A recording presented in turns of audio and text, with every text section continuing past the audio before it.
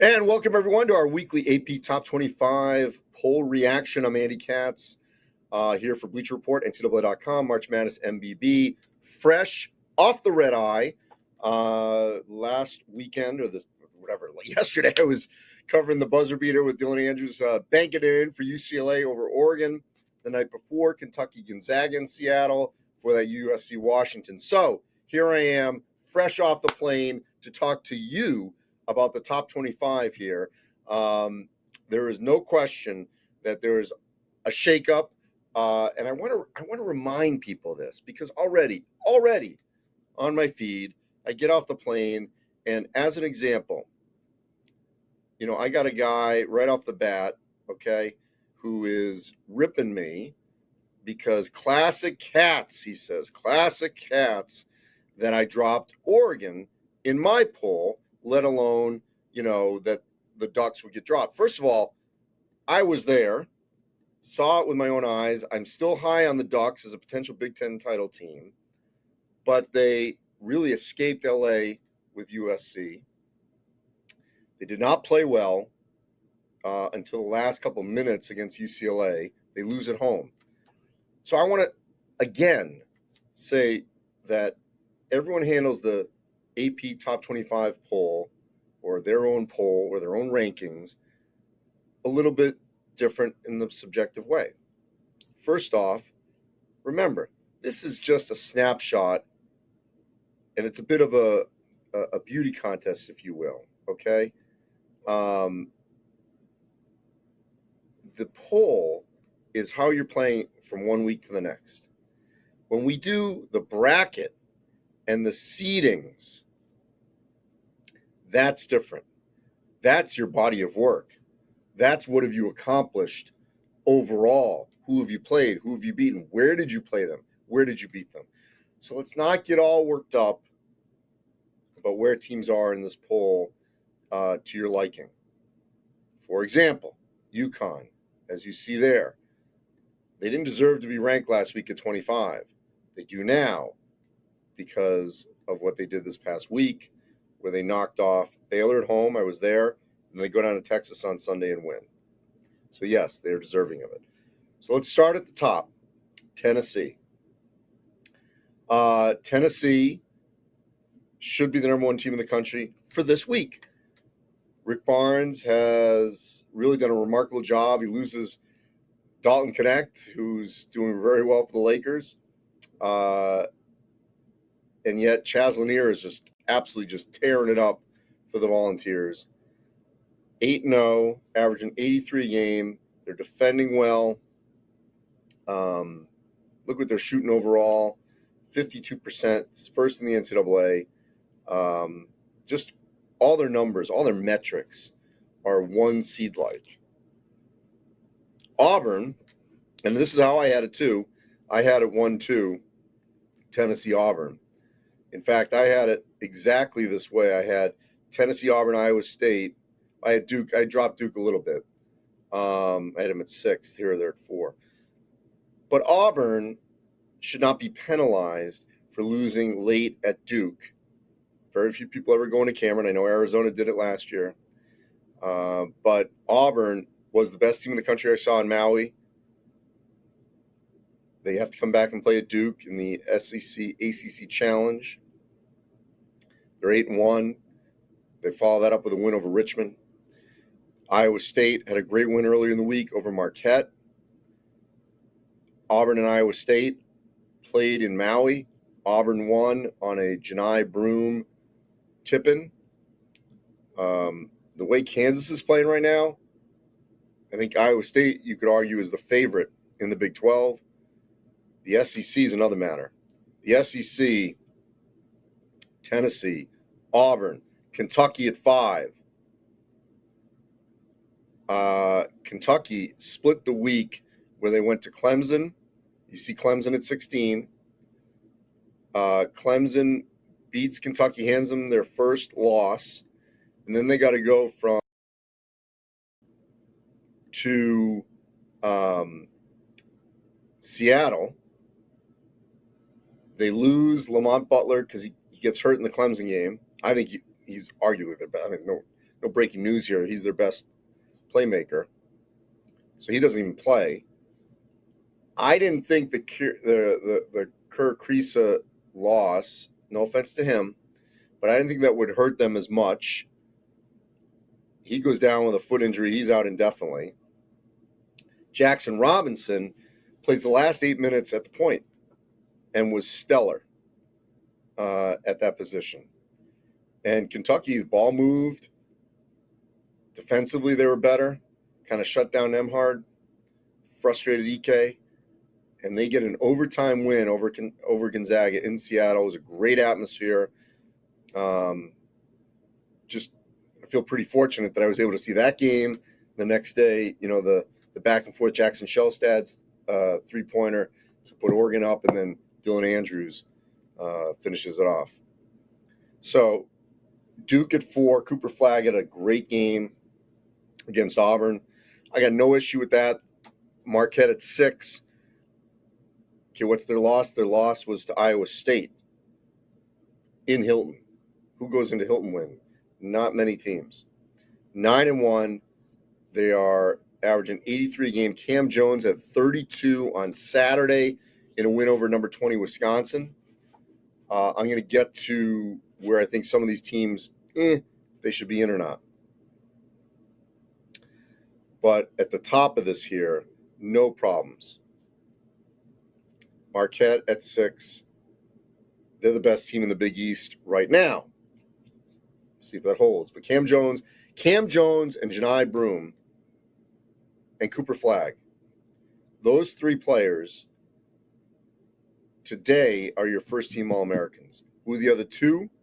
We'll wait and see. Maybe it's Chaz Lanier from Tennessee. Let's take a wait-and-see attitude here. Who would be that 4th and 5th players? Alabama at 7. They go into Carolina and absolutely rock the Tar Heels. No problem there. Gonzaga at 8. Again, fine with that. You lose in overtime. Monster game coming up on Saturday, which we'll get to. Gonzaga at UConn in the Garden. I'll be there Saturday night. Florida flying way under the radar at number 9. Undefeated. Waiting for them to play a high-level game. That's coming up in the next 2 weeks. Kansas at 10. So Kansas lost at Creighton and lost at Missouri. I dropped them to 12. My top 10 was Tennessee, Auburn, Iowa State, Marquette, Kentucky, Duke, Alabama, Clemson, Florida, Michigan, Purdue, Kansas. That was my top 12. So Purdue at 11 held on to beat Maryland after losing at Penn State. We'll get to them in a moment. So Oregon at 12. I dropped Oregon to 17. They haven't played well outside of that Alabama game. They've been down in, and Dana Altman will tell you this, told me this. They have not played as well yet. They've been kind of lucky. But they got a huge ceiling. I mean, their ceiling is way up here. But they've got to start better. So 5 of their first 10 games, they've trailed at the half, including at home to Portland. They've climbed out of these holes. And they, it's unfortunate that there was a second left on the clock and Andrews hits the shot. Oklahoma at 13. No problem there. They're undefeated. Michigan at 14. I had them a little higher. Wolverines get 2 wins in the Big Ten. They win at Wisconsin. Massive win. And they beat Iowa at home. Houston at 15. I kind of wrestled where to put the Cougars. Okay, the Cougars don't have a high-profile win yet. So, you know where I put Houston? I dropped them. Second week in a row. And I know that's going to cause some issues with people. 15 and you don't even rank them. But look at Houston, okay?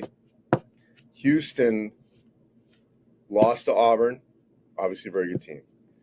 If you look at what Houston did in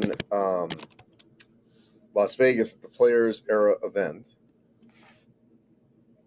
so Houston loses to Alabama, loses to San Diego State, beats Notre Dame. So the games, and they just beat Butler at home. Good win, but I'm not convinced Butler's an NCAA team. So they've beaten Notre Dame and Butler. Those are their two sort of name wins. But right now, I don't think they've got a win against the field. They missed on Auburn, Alabama, and San Diego State. Those three schools, I think, will be in the tournament. Not convinced Notre Dame or Butler will. Clemson at 16. So I had Clemson, as I said, in my top 10 at 8. Clemson 9-1. Brad Brownell doing a phenomenal job. Elite 8 last year. Ian Shefflin had 32 rebounds in 2 games. He had 20 against Kentucky. Chase Hunter's played so well. Good 1-2 punch for the Tigers. They beat Kentucky. Then they beat a struggling Miami team, but it was on the road. First ACC game. So right now, the two best teams in the ACC are the two teams on your screen that are ranked, Duke and Clemson. And I think that's going to hold. North Carolina out of the poll. Tar Heels lost at home to Alabama. I'll see them up against UCLA a week from Saturday at the Garden, the CBS Sports Classic. They got work to do. Texas A&M beat Texas Tech, old rival. They're just going to be a team that's going to sort of hover in and out of the top 25. I think Buzz Williams has a crew led by Wade Taylor that's going to be in the NCAA tournament. Just a solid team. Not going to wow you, but they're going to be there at the end. All right, there's UConn. So UConn, wild swings. They're ranked. They go 0-3 in Maui. They're out of my poll. They go to 25. They beat Baylor without Alex Caravan. He comes back, leads them in scoring, and they win at Texas. So I had them at 13. Here they are at 18, up from 25 in the poll. No problem there. UConn plays Gonzaga. I'll be there Saturday night at Madison Square Garden. Ole Miss at 19. Their one loss was to Purdue late in San Diego. And, Chris Beard's doing a great job. They beat Louisville on the road. And, outside of that Purdue game, they're sort of just cruising. All right, now Wisconsin. They've hit a bit of a rough patch. So I dropped the Badgers significantly to 28. They've lost to Michigan and to Marquette.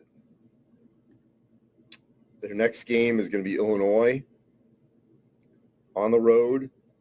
So pretty good chance they're going to lose 3 in a row. If they win that game, flip the script. But they could be 0-2 in the Big Ten. I think they're going to be fine. But this just shows you the gauntlet of the schedule they've got. So I would have dropped them. No shame in who they lost to, but they lost 2 in a row. Michigan State, kind of the opposite. Now, they had a softer opening to the Big Ten season with playing Minnesota and Nebraska. But they won them both. 21. Their game against Nebraska was probably their best game of the season. So I'm high on the Spartans. I had them ranked as well, so I like them at 21. I put them at 15. Cincinnati, I dropped. They got a big game coming up against Xavier. They don't have a quality win yet. Suffered their first loss to Villanova, which had been struggling. I know it was on the road. Out. San Diego State beat rival San Diego. They're 26, so I had them just outside, playing well. Right now, I think them and Utah State are the two teams to beat in the Mountain West.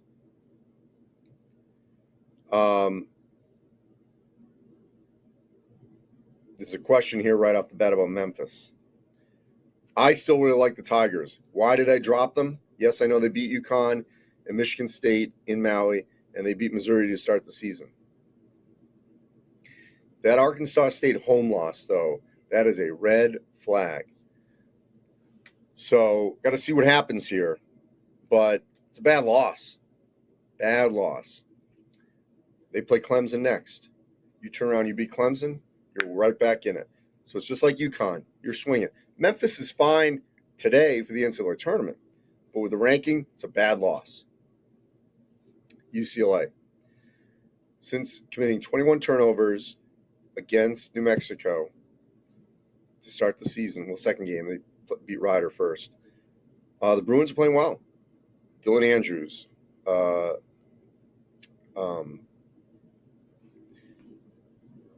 Tyler Bilodeau. Kobe Johnson was making some shots.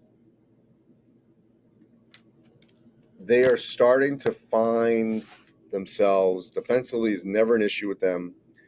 I thought Sebastian Mack, Sky Clark, everyone sort of played well when they needed to. Eric Daly, that was the other name. I'm sorry, just draw a blank. He had a great game against Oregon. So UCLA in there, in the top 25. I think they should be. I am at 14. And then Mississippi State. I should have included Mississippi State last week after they lost that first game. In the ACC SEC Challenge, they absolutely blitzed Pitt. Back in where they should be. It's a quality team. So I'm back ranking them. Where'd I have them? I had them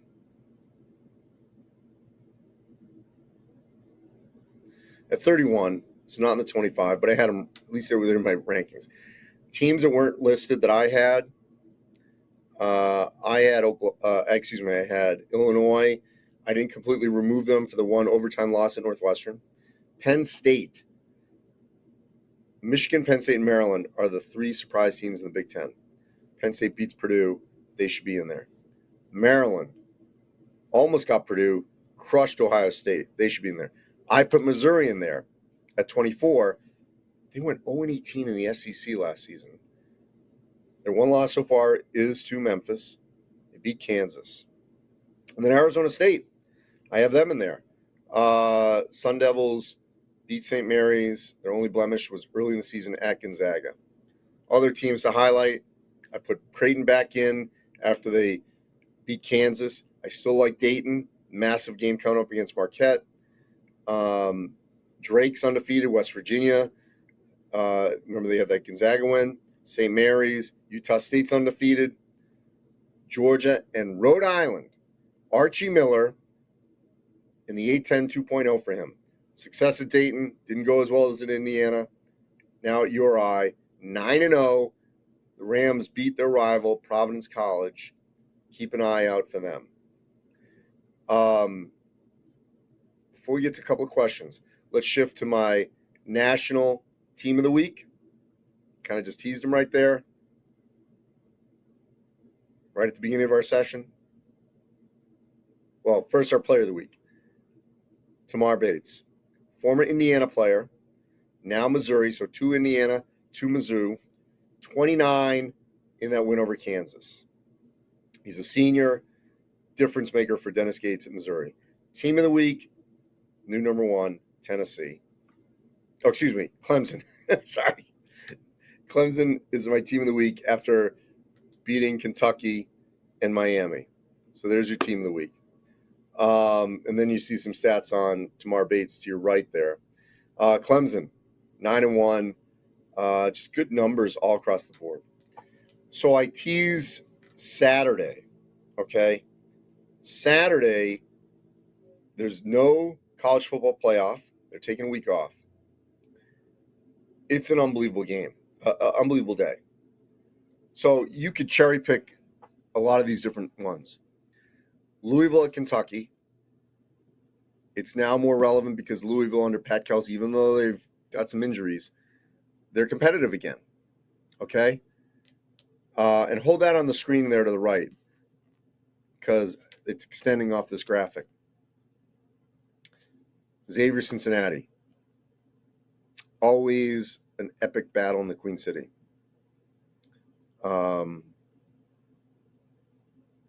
got the Bearcats who need a high-profile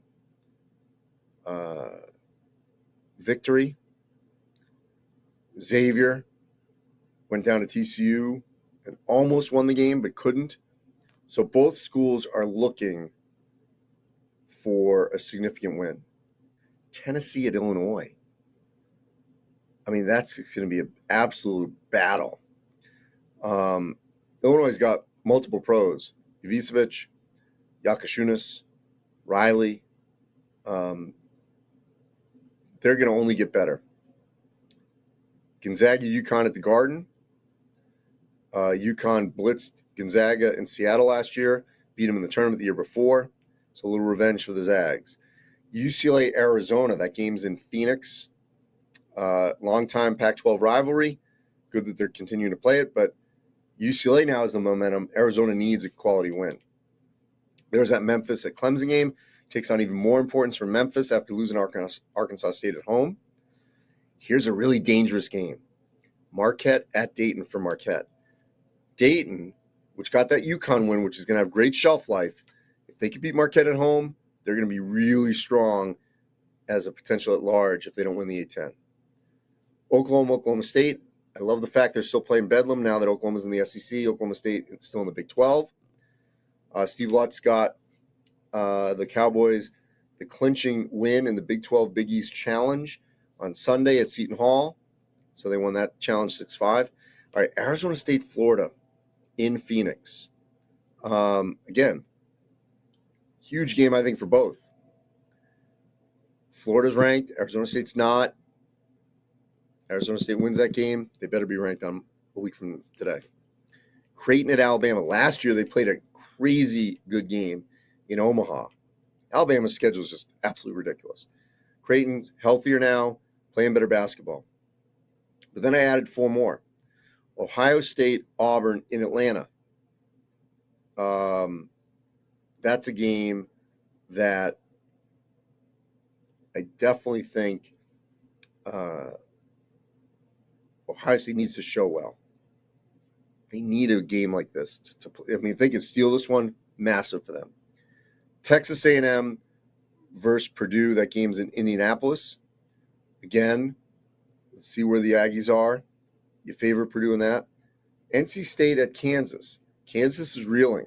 Loses 2 in a row. NC State needs a marquee win. Is Kansas ripe to be beaten? We'll see.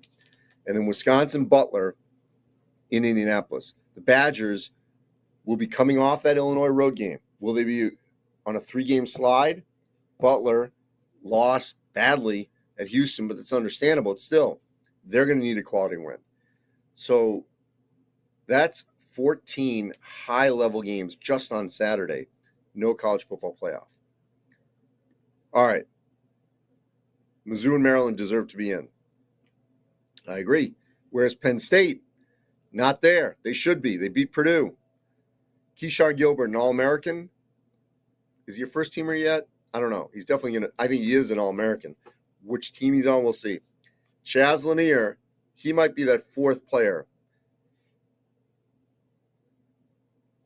I said Janai Broom, Cooper Flagg, and Cam Jones. Marquette would beat Kentucky if they played. Where's the game? Who do I got winning the SEC? I'm going to go with Auburn. Originally had Alabama. So I'm going to go with Auburn over Tennessee. Why does San Diego State deserve to be ranked?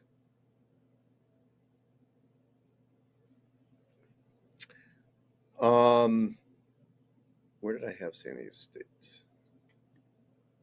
So I had San Diego State at 26, just outside. So I can see that. Michigan State ceiling, top 3 in the Big Ten. Creighton definitely earned one.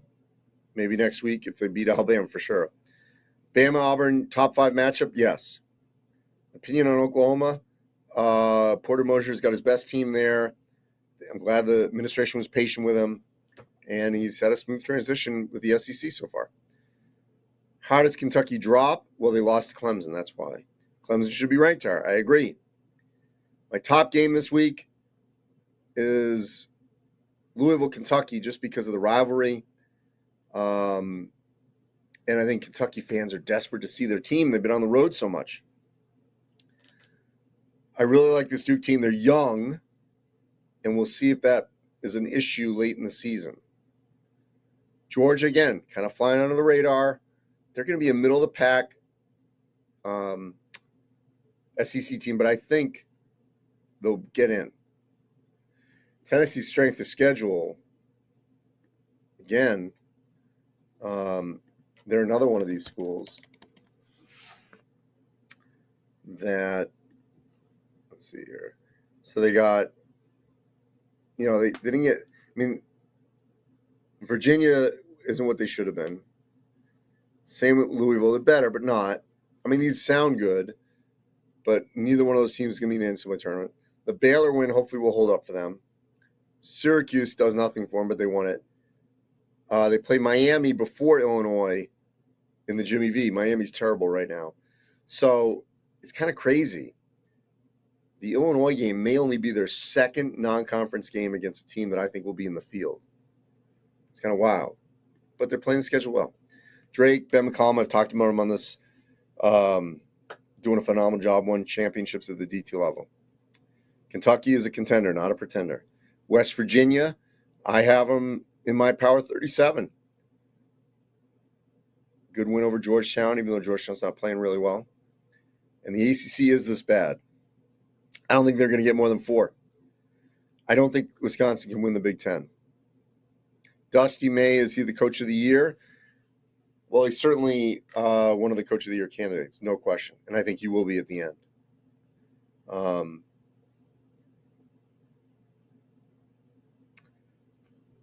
The question was, should Duke be top 5?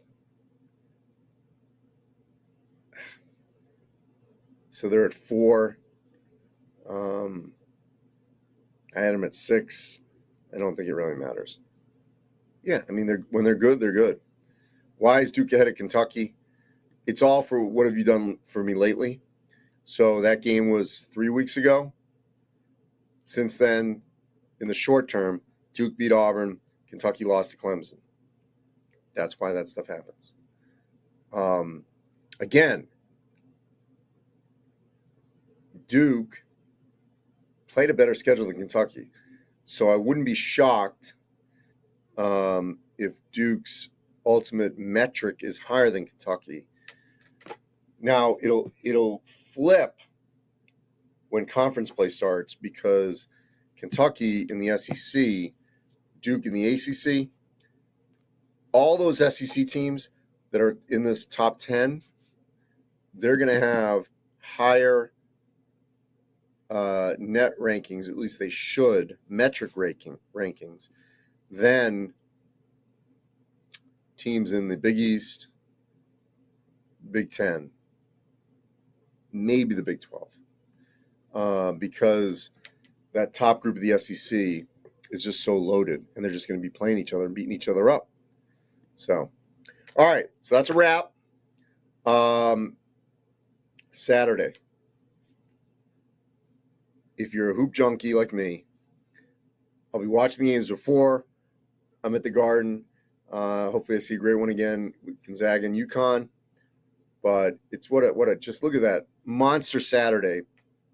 So many significant games that are going to be relevant, come March. As always, you can follow me at the Andy Katz on X. on Blue Sky, Katz Andy. Search me there. At the Real Andy Katz on Instagram, Bleacher Report, March Madness MBB, NCAA.com. Check us all out. Appreciate all the engagement, and we'll talk. You'll see some coverage Saturday, and of course, we'll talk next Monday. Appreciate everyone. Thanks for watching and participating.